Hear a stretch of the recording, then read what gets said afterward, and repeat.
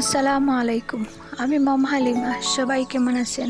আলহামদুলিল্লাহ, আমরাও ভালো আছি। প্রতিদিনের মতো আজও সকাল সকাল ব্লগটা স্টার্ট করে নিলাম। প্রথমেই চা খেয়ে নিলাম, তারপরে এই তো রান্নার প্রস্তুতি নিচ্ছি। আজ রান্না করব পনির আর আলু। এই তো আমি পনিরটা বের করে একটা তালাতে নিয়েছি, আর এখানে দুটো আলু কেটে রেখেছি, সাথে পেঁয়াজ, রসুন, আদা ব্লেন্ড করে নিয়েছি। পনির আর আলু আলাদা আলাদা করে ফ্রাই করে নিয়েছি।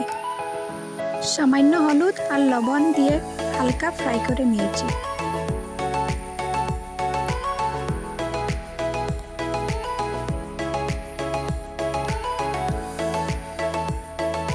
এখন একটা কড়াই বসিয়ে তেল আর পেঁয়াজ রসুনটা দিয়ে দিয়েছি।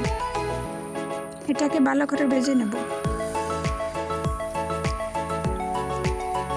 সাথে দুটো তেজপাতা দিয়েছি। তারপর হলুদের গুঁড়া, জিরার গুঁড়া, মরিচের গুঁড়া দিয়েছি।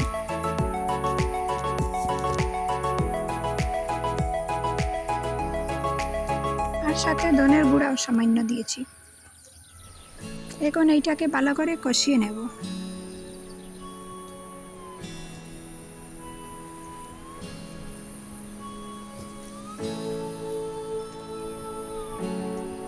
আপনারা আমাকে জিজ্ঞাসা করেন যে আমার ভিডিওগুলো কে করে দেয়।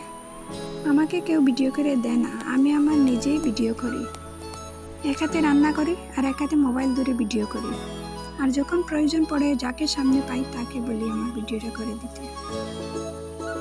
মশলাটা কষিয়ে সামান্য এখন পানি দিয়েছি।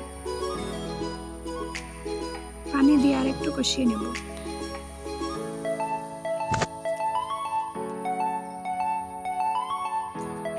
তারপর এই তো পনিরগুলো দিয়ে নাড়াচাড়া করে নিচ্ছি।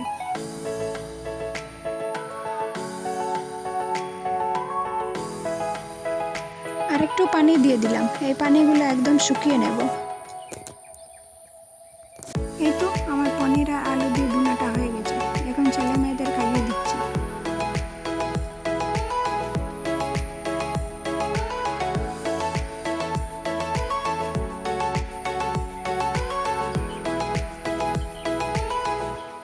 আর এটা হচ্ছে রাত্রে খেয়েছিলাম। এই তো আমাদের বাইরের ছোটো মাছ ভাজা, আর এখানে ডাকি মাছের ভর্তা, ডাল, লেবু, কাঁচামরিচ এইসব দিয়ে খেয়েছিলাম। তো আজকের ভিডিওটা এখানেই শেষ করলাম।